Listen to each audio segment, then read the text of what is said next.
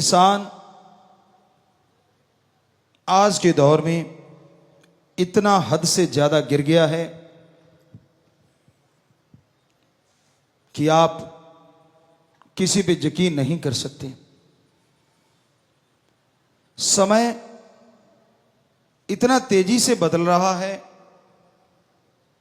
समय बहुत तेज गति से परिवर्तन की तरफ जा रहा है। वो परिवर्तन कैसा होगा, क्या होगा, ये तो राम जी जाने, वो ओम हरि परमात्मा जाने। लेकिन जो उसकी निशानियां हैं हमारे पवित्र वेदों में, जो हजारों लाखों करोड़ों साल पहले इस धरती पे आए, लिखे गए, तो वो निशानियां सारी वही होती जा रही हैं जो पहले भी कई बार हो चुका है। कितने बार हुआ होगा, ये विज्ञान में कोई समझ नहीं है, लेकिन धर्म महाविज्ञान है। हमने अपने पवित्र धर्मों में जितने भी पवित्र ग्रंथ है सबको पढ़ा। पवित्र वेदों में पवित्र रामायण है, महाभारत है, और सभी धर्मों के पवित्र ग्रंथ, महापुरुषों के वचन पढ़ के देखे। और शास्त्र नाम शाह मस्ताना जी दाता ने फिर अनुभव करवाया, महसूस किया। तो आपसे बोला कि वही चीजें जो महसूस की आपको बताएंगे। तो आदि काल से इस तरह जब प्रकृति में परिवर्तन आते हैं, आज इस धरती पे आ रहे हैं, आज इस त्रिलोकी में आ रहे हैं, सैकड़ों त्रिलोकियां हैं, और ये परिवर्तन सब जगह आए हैं। उनके अनुसार आने वाला समय बहुत ही बुरा है। हम कोई डराना नहीं चाहते, हमारा कोई इरादा आपको डराने का नहीं है। हमारा कहने का मतलब कि जो दिन गुजर गया शुक्र करो, और आने वाला दिन बुरा होता जा रहा है। यकीन के लायक अगर दृढ़ यकीन करना चाहते हो, दृढ़ विश्वास रखना चाहते हो, तो एक ही है, ओम हरि अल्लाह परमात्मा सतगुरु दाता राम।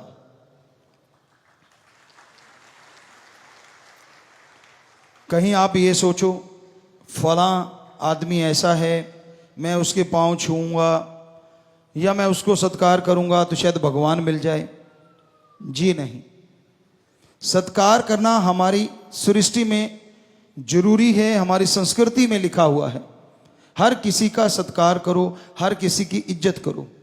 माँ बाप बच्चे को लड़ते भी हैं, रोकते भी हैं, लेकिन इसका मतलब यह नहीं होता कि माँ बाप आपके दुश्मन हैं।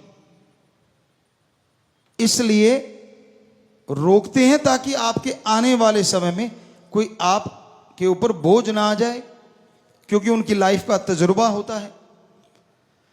चलो माँ बाप रोकते होंगे, किस तरह से रोकते हैं वो आप लोग जानते हैं, लेकिन संत पीर फकीर जब रोकते हैं उसके पीछे आपकी जिंदगी का बहुत गूढ़ रहस्य छुपा होता है।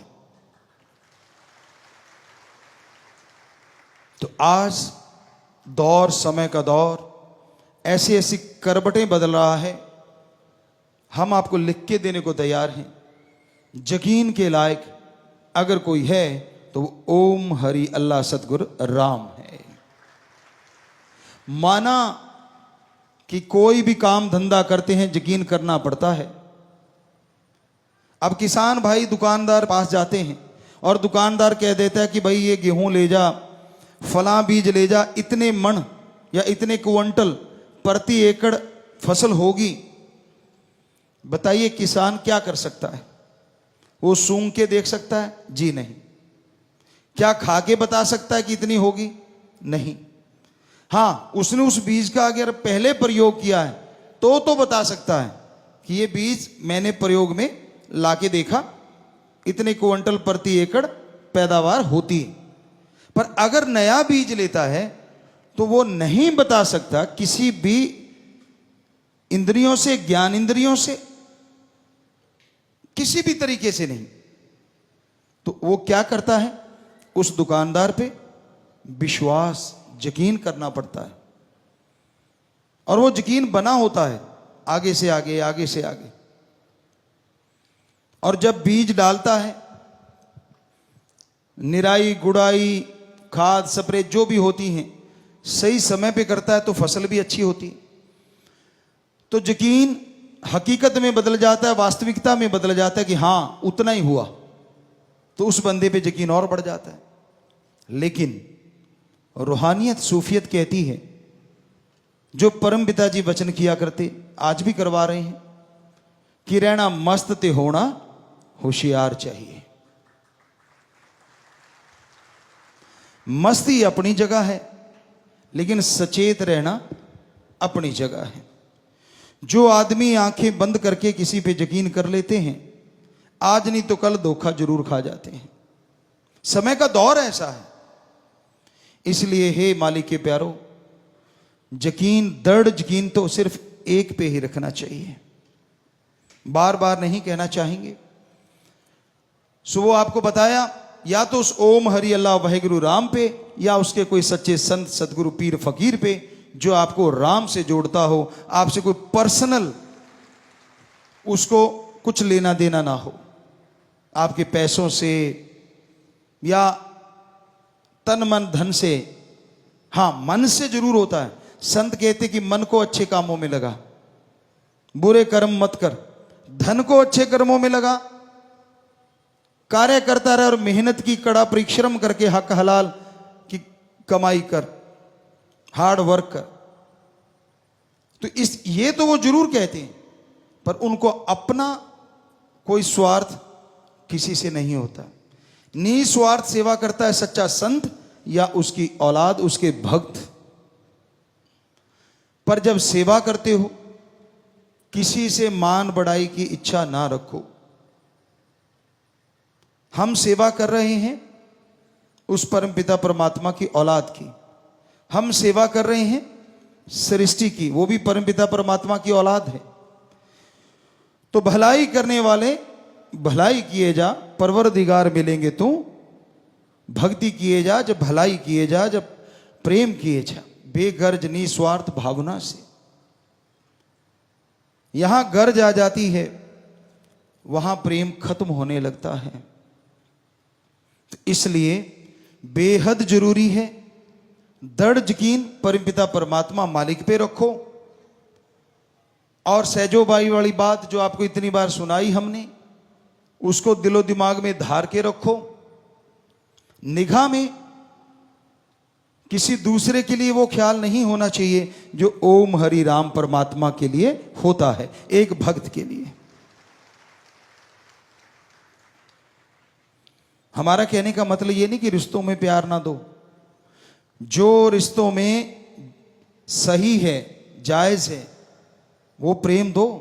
भाई बहन का रिश्ता है, माँ बेटे का, बाप बेटे का, बेटी का, माँ बेटी का, तो जितने भी रिश्ते हमारे समाज में हैं, उनके प्रति जो कर्तव्य है, जो सही भावना है, वो रखते हुए आप सत्कार भी करो और प्रेम भी रखो, लेकिन हद से ना गुजर जाओ। जब आदमी हद से ज्यादा गुजर जाता है और उसके जब चोट लगती है, जब यकीन टूटते हैं, तो वो चोट को सहन नहीं कर पाता। आपने देखा होगा, समाज में देखा होगा, खुद महसूस किया होगा। छोटे से बच्चे को मां पालती है, पहले 9 महीने गर्भ में रखती है, कितनी उम्मीदें, कितना चाव होता है, पर दर्द भी बड़ा होता है। मां सहती भी बहुत है। बच्चा बाहर आता है, मां बाप उम्मीद रखते हैं बड़ा होके ये ऐसे होगा, ऐसे होगा। मतलब अपने सुख के लिए कह लीजिए, या यूं कह लीजिए कि हमारी एक संस्कृति है, एक रीत है कि हाँ अब हम संभाल रहे हैं तो बुजुर्ग अवस्था में ये हमारा सहारा बनेगा, सीधी सी बात। लेकिन आज का दौर ऐसा आ गया है, बच्चा जवान होता है और उसकी भावनाएं अंगड़ाइयां लेने लगती हैं। गदा पचीसी उमरा जोर जवानी का, परमपिता दाता रहबर ने एक ये भजन बनाया। कि एक दौर ऐसा आता है जिसमें आदमी को लगता है मैं ही सही हूं, बाकी सारी दुनिया गलत। तो उस दौर में वो अपने माँ बाप को, परिवार को कुछ नहीं समझता, उसके पर्सनल रिलेशन हो जाते हैं। यानी वो कहते हैं मेरे ही रिश्ते हैं, मेरे तक ही सीमित। तो भाई ऐसे समय में जब ऐसा कुछ हो रहा है तो कितनी चोट लगती होगी सच्चे माँ बाप के दिल पे, जिनको बच्चे एक पल में ठुकरा देते हैं। इसका मतलब ये नहीं कि रिश्तों में यकीन नहीं रखना, रखना तो पड़ेगा ही, लेकिन संस्कार अच्छे दो बच्चों को। संस्कार अच्छे दोगे तो वो नेक इंसान बनेगा। लेकिन सबसे बड़ी बात एक और भी है, संस्कारों के साथ सोहबत, संग, साथ का भी ध्यान रखो कि आप कैसी सोहबत करते हैं, आपका ध्यान कैसा है। जैसे आपके बच्चे हैं, कहां बैठते उठते हैं, हमने देखा है हीरे को कंकर बनते देर नहीं लगती। अगर वो बहुत हाई टेम्परेचर में रहने लग जाए और दबे हुए कंकर को हीरे बनते देर नहीं लगती अगर वो जौहरी के हाथ लग जाए, क्योंकि बहुत टेम्परेचर एक ऐसा डिग्री होता है जिसमें हीरा भी पिघल जाता है। और धरती से ही ये हीरे निकलते हैं, वो कंकर होते हैं, अनगढ़ होते हैं। और जब जौहरी की निगाह पड़ती है वो उसे तराश देता है, उसके एक एक कोण में, उसके रंग में, उसकी पॉलिश में ऐसा चमका देता है कि उसका मोल हजारों लाखों करोड़ों में चला जाता है। संग का रंग जरूर चढ़ता है। इसलिए बच्चों का ध्यान रखो, वो गलत सोहबत में ना चले जाएं। कितना भी बड़ा भक्त क्यों ना हो और कितना भी आम आदमी क्यों ना हो, इतिहास गवाह है ऐसे ऐसे लोग हुए जो बुरे कर्मों में बेहद मस्त थे, लेकिन किसी संत पीर फकीर की शरण में गए तो वो अव्वल दर्जे के भक्त बन गए, संत बन गए। और ऐसे ऐसे भी उदाहरण हैं कि माँ बाप बहुत बड़े भक्त थे, लेकिन उनके बच्चे गलत सोबत में पड़ गए और वो राक्षस बन गए। तो संग का रंग लाजमी चढ़ता है। जब आदमी किसी संग का हद से ज्यादा यकीन करने लग जाता है वो गलत है। आज के दौर में, आज का समय आपको जैसे बताया बहुत ही भयानक है। आने वाला समय कैसा होगा ये तो राम जी जानते हैं, लेकिन जो अनुभव में आता है कि अच्छा नहीं है। नशे के दरिया बह रहे हैं, ईगो, अहंकार के दरिया बह रहे हैं, पैसा भगवान हुआ पड़ा है। और सोहबत में जब आदमी गलत में पड़ता है अच्छे बुरे की पहचान नहीं रहती। इसलिए हम आप सबसे हाथ जोड़ के यही प्रार्थना करेंगे कि हद से ज्यादा यकीन एक पे किया जाता है, वो ओम हरि या उसका कोई सच्चा संत पीर फकीर है, वरना और किसी पे हद से ज्यादा, एक हद तक एक सीमा है रिश्तों की, उससे ज्यादा अगर यकीन कर बैठोगे तो कभी भी धोखा खा सकते हो। हमने ये देखा पीर फकीर की बात ना मानते हुए कई सज्जन ऐसा कर बैठते हैं और फिर पछताते रहते हैं। तो आप सबसे यही प्रार्थना कि सुमरन किया करो, राम का नाम जपा करो, क्योंकि चक्की जब चलती है सब कुछ पिस जाता है, लेकिन जो धुरे के साथ लगे दाने, सारा आटा पिसने के बाद पत्थर उठाते हैं तो वो ज्यों के त्यों पड़े होते हैं। ये आज से नहीं, साईं मस्ताना जी महाराज 1948 से लेके आज तक पता नहीं ये कितनी बार वचन हम लोगों ने आपको किए होंगे, क्योंकि ये एहसास है, एक अनुभव है, एक तजुर्बा है सूफियत का, रूहानियत का। तो वो समय कब आएगा, वो समय कौन सा होगा, ये तो परमपिता परमात्मा जानते हैं। लेकिन जो निशानियां हैं वो अजीबोगरीब जरूर हो रही हैं। क्या आप नहीं फील करते? आप किसी बुजुर्ग से पूछ लो, क्या मई के महीने में 15 दिन सावन जैसी झड़ी लगी है? ऐसे ऐसे देशों में, यहां कभी गर्मी पड़ी नहीं थी, गर्मी से लोग मर रहे हैं। ऐसे ऐसे देशों में जहां बरसात की बूंद नहीं पड़ी थी वहां बाढ़ आ रही है। कभी पहले सुना? हमने तो नहीं सुना। हालांकि 55-56 साल की उम्र, 56 की हो गए, लेकिन नहीं सुना। तो हमसे बड़े भी उम्र में, उम्र दराज की बात है, बुजुर्गों से पूछा 100-100 साल के, वो कहते हमने नहीं सुना, हमने तो बाप दादा से नहीं सुना। तो इसका मतलब हो क्या रहा है? क्योंकि ऐसा ही समय कभी पहले भी आई थी। सब सृष्टियों में, सब धरतियों पे, सैकड़ों जगह जो त्रिलोकियां, उनमें भी आया। तो आज इंसान की ईगो बढ़ गई है। इंसान संतों को जब बेवकूफ समझने लग जाता है, भगवान को मतलब परस्ती के लिए इस्तेमाल करने लग जाता है, तब समझ लो समय बुरे से बदतर होता जा रहा है, बुरे से बुरा होता जा रहा है। तो आज का दौर कुछ ऐसा ही होता जा रहा है। आज के दौर में लोग मतलब परस्त ज्यादा हैं, अपना मतलब हल करने के लिए इस्तेमाल करते हैं भगवान का। क्या आपने खुशी खुशी कभी किसी को भगवान को याद करते देखा? मालिक के प्यारे होंगे जो करते हैं, ऐसा नहीं कि बीज नाश हो गया। बहुत कम लोग। धंधा डगमगा रहा है तो भगवान प्यारा, बच्चा बीमार हो रहा है तो भगवान प्यारा, पेपर सिर पे हैं तो भगवान प्यारा, खेलने जा रहे हैं, कंपटीशन तगड़ा है तो भगवान प्यारा। तो मेनली भगवान हम लोगों ने ऐसी शक्ति समझ लिया कि जब जरूरत पड़े इस्तेमाल कर लो, जब उसकी जरूरत नहीं साइड पे कर दो। जबकि यह गलत है। अगर आप सुख शांति में परमात्मा का नाम लोगे तो यह हो नहीं सकता कि आपके नजदीक कभी दुख आए भी।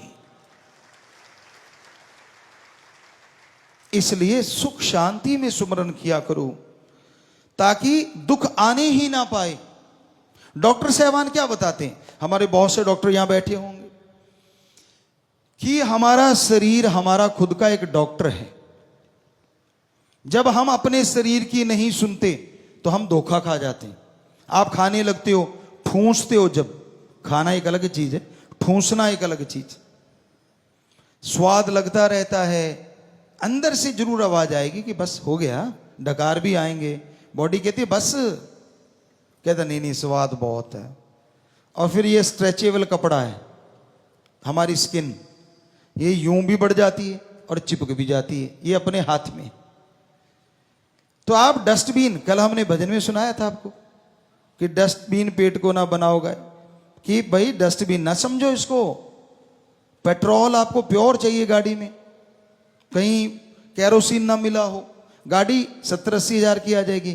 क्या ये शरीर किसी से बदल लोगे? नहीं बदल सकते। तो इस शरीर के लिए भी तो सोच समझ के खाया करो, एक लिमिट होनी चाहिए। अरे पशु नहीं सोच समझ के खाते, उनको भी अफारा आ जाता है। भैंसों को देखा हमने घरों में रहते हुए, जो किसान भाई बैठे हैं जो ये काम करते हैं, उन्होंने देखा होगा कई बार अच्छा चारा लगा, इतना खा लेती हैं, दूध कम हो जाता है। सोचती हैं ये क्या हो गया, मैंने तो बढ़िया खिलाया था, ये नहीं पता वो ओवरडोज हो गई अंदर। तो आपकी भी तो होती है, किसके नहीं हुई होगी? कभी ना कभी तो ज्यादा खा ही लिया होगा। वो कहते हैं ना, एक कहावत है पुराने बुजुर्गों की, भूखा ना पछताए खा के पछताए।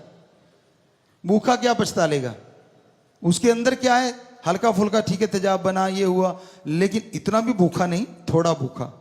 और ज्यादा खा लिया, ओहो गैस बन गई, तेजाब बन रहा है, हजम नहीं हो रहा, फूल के कुप्पा हो गए, गैस निकल नहीं रही। ढूंढते कैसे निकले, जैसे खाया तो पटाख से निकलने में तो टाइम लगेगा ना, आंतड़ियां धीरे धीरे। तो कहने का मतलब, आप अपने शरीर का ध्यान रखिए और आत्मा का ख्याल रखिए। आत्मा का ख्याल रखोगे शरीर मजबूत हो जाएगा, आत्मा का ख्याल रखोगे तंदुरुस्ती ताजगी आएगी, आत्मा का ख्याल रखोगे विचार शुद्ध आएंगे, और शुद्ध विचार से ही हो सकता है भगवान कृपा कर दें और आने वाले भयानक समय को परिवर्तित कर दें और बदल दें, अदरवाइज मुश्किल है। तो सुमरन और सेवा नेक नियत से किया जाए, फलता फूलता जरूर है।